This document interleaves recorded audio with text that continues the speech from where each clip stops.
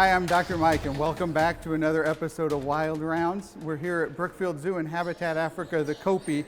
And if you've ever wondered why sometimes when you're here at the zoo, a building may be closed for a little period of time, it's sometimes something like this. And what's happening today is it's puppy day here at the zoo, and we've got our African painted dog puppy litter in hand for their very first checkups and their very first veterinary exams. So we're gonna chat with Bree, our lead animal care specialist, for a few minutes and find out what's going on, and then we'll follow one of the puppies through the process with our veterinary staff, share a little bit with you about this incredible species, and talk a little bit about the conservation work underway. So come over here and we'll jump into the middle of things. So hey Bree, how are you? Hi, good, how are you? So who do we have here?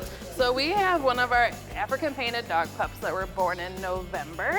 They don't have specific names yet, but they do have some obvious markings on them. How were they when you all went in there to grab them today? They were pretty good. Ran around a little bit, but for the most part, they settled down and allowed me to grab and then hand it off to all of our amazing animal care specialists to the side of me here. And so 10 pups in this litter, so we've got 10 different animal care specialists walking them through. They all have a number stuck to them, which is going to be the number of that pup as they move through the process. So it's really important we keep track of who is who. Like if we have to know any medical notes or anything significant with them, we'll be able to do that accurately in our data logging system because we'll know exactly who is who. We're kind of surrounded by pups right now, but African painted dogs have one of the largest litters of all of the wild canids, so kind of normal for this species. And the mom of this litter, Roanne, was born here in 2020. Yes. So that's an exciting thing for us because this is a species that's struggling in the wild right now. Yes. So wild populations, around 5,000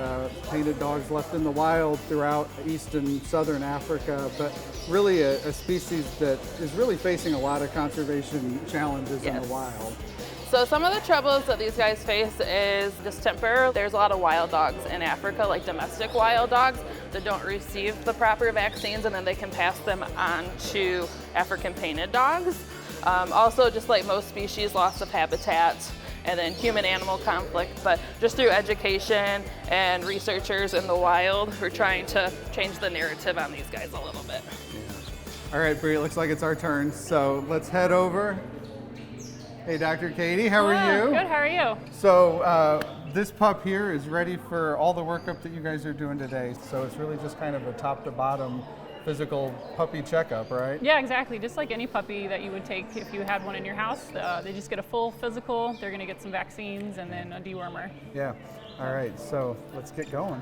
One of the things that we see with African painted dogs within the populations in human care is we have seen some heart disease in these animals. So one of the things that we do with these puppies is really make sure that we're doing a really thorough cardiac exam. And this is something that will continue to get checked on a regular basis as these pups continue to grow up, but really being cognizant that we're taking a good listen to that heart, making sure there's no murmurs or other potential problems. I'm gonna go ahead and jump in here and take a look at the eyes on this little pup.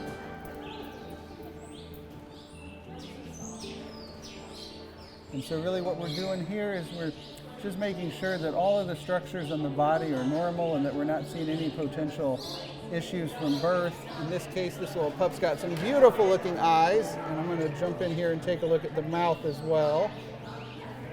So just making sure that all of the teeth look good, make sure the palate's solid, everything feels good there. So the head looks good. Great.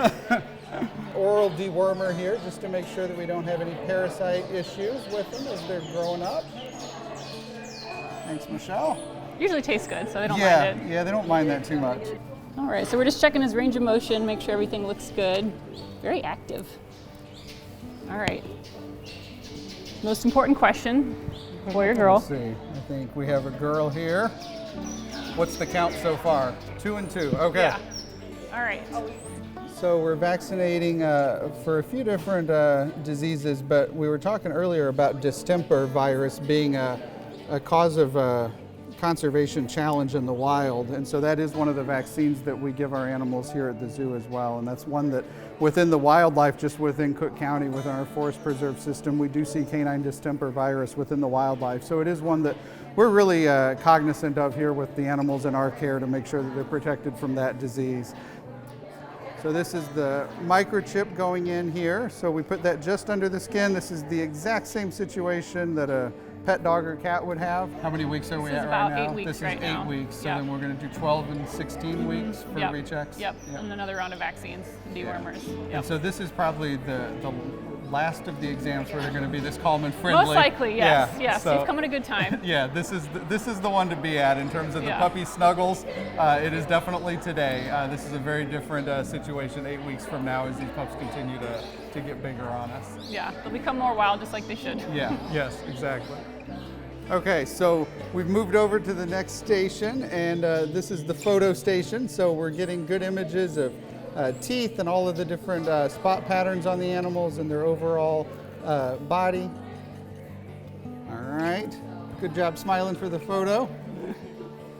So the 12820 that we're seeing there on the clipboard is this individual puppy's identification number. So every animal in the zoo has an identification number. And one of the really neat things about that is through a cooperative program between zoos, those records actually move with the animals from zoo to zoo. So it's kind of a global identification system that really makes it so wonderful for the cooperative work that zoos do with one another as animals move between them. Raquel's going to jump in here and grab some measurements. So just a series of standardized measurements that we take on the pups. We'll do it today. We'll do it again at the following recheck exams as a way to monitor growth. And one of the things that's really valuable from this data is this is something that you can't do in the wild. This is not a situation where you can go into a wild den, take pups out and measure or monitor growth rates. But through the information we can collect here in a zoo situation, we're able to provide information that in the wild, if an animal is found or recovered, they're able to use these standardized measurements to actually understand the age of that animal or